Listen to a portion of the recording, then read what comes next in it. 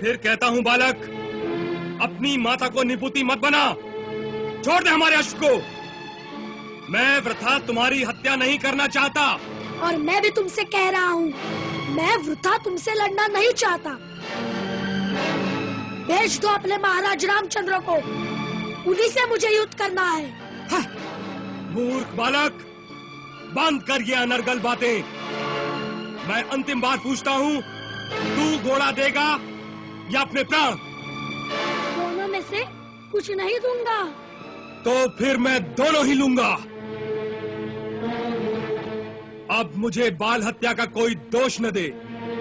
यह बालक निश्चय ही वध करने योग्य है। तुम्हारे माता पिता मुझे क्षमा करें। अरे, दोष से पहले ही क्षमा मांग रहे हो? सेनापति जी, पहले बाल हत्या कर तो लो।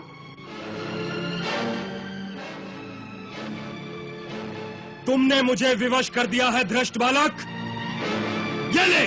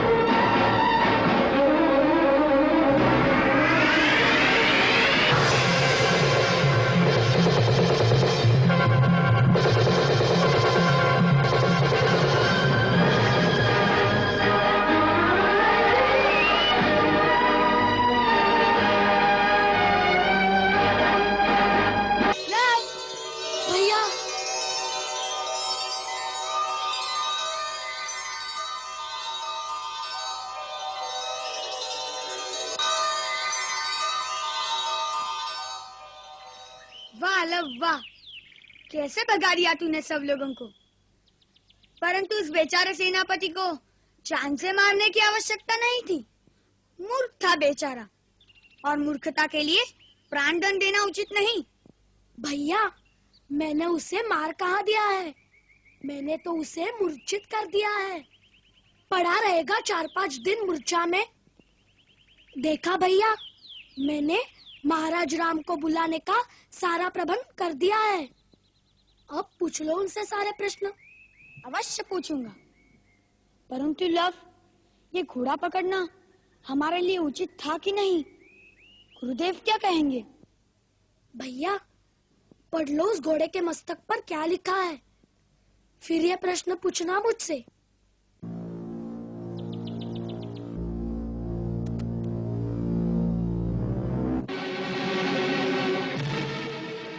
क्या कह रहे हो? सेनापति कालजीत घायल हो गए?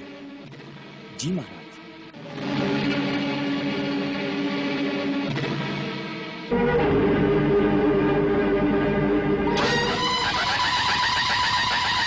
लो भैया, सूर्य पताका वाला रथ आ रहा है। अपने प्रश्नों की तालिका बना लो। जरा आने तो दो महाराज को।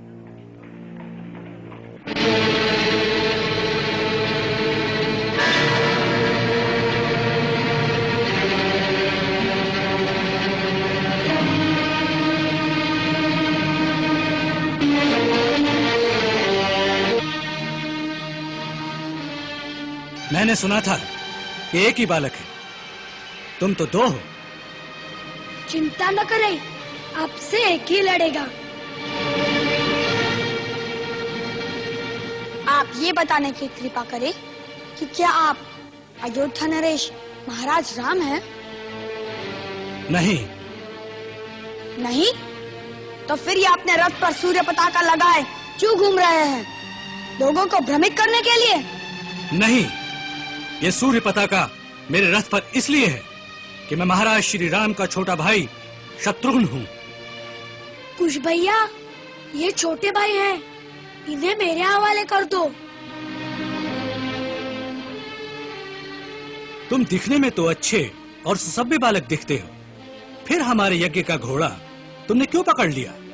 आपके बड़े भैया के कहने पर। हाथ? उन्होंने अश्व के मस्तक पर लिखा है ना, इसे पकड़ो तो हमारी सेना से युद्ध की चुनौती स्वीकार करो। सो हमने उनके साथ युद्ध करने के लिए यह घोड़ा पकड़ा है, उनके छोटे भाई से नहीं। आप जाइए और उनको हमारा संदेश दीजिए कि हमने उनकी युद्ध की चुनौती स्वीकार कर ली है, इसलिए आ जाइए रणभूमि में।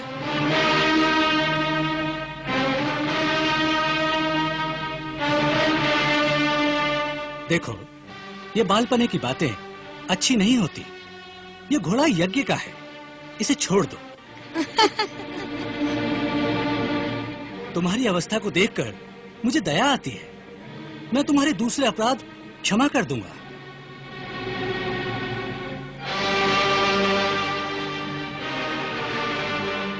महाराज के छोटे भैया जी, कृपा करके आप इतनी उदारता ना दिखाए, क्योंकि हम इस घोड़े को तो छोड़ने वाले नहीं।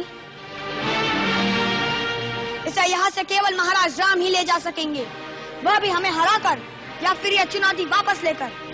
ये क्या अनर्गल बातें हैं? महाराज राम तुम्हारे लिए यहाँ कैसे आ सकते हैं? तो फिर ये घोड़ा भी यहाँ से नहीं जाएगा। बालको, तुम नहीं जानते तुम ये क्या कर रहे हो। घोड़ा न देने का परिणाम बड़ा भयंकर हो सकता है। मुझे शक्ति का प्रयोग करने पर विवश न करो। हम विवश कहाँ कर रहे हैं? आपकी शक्ति आपके वश में नहीं लगती, बार बार उभर आती है, इसलिए शक्ति का प्रयोग कर ही लीजिए, नहीं तो धनुष उठाए उठाए हाथ थक जाएंगे। बस, उपहास बहुत हो गया। घोड़ा छोड़ दो, अथवा मैं बाण चला दूंगा। चलाकर दिखाइए तो सही, चलाना भी आता है कि नहीं। देखते हैं आपके गुरुदेव ने आपको कैसे सिखाया है, फिर हम भी दिखाएंगे कि हमारे गुरुदेव ने हमें क्या सिखाया है। अंतिम बार पूछता हूँ, घोड़ा छोड़ते हो? नहीं।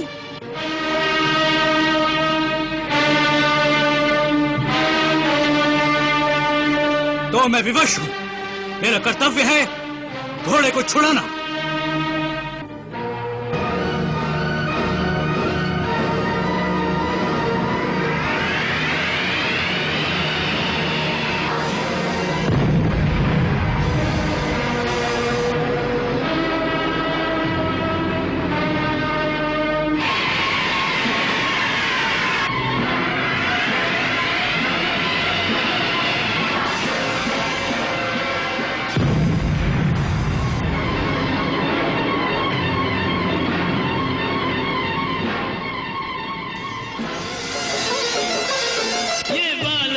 किस गुर के शिष्य सूदन समझ न पाता है, सूदन समझ न पाता है।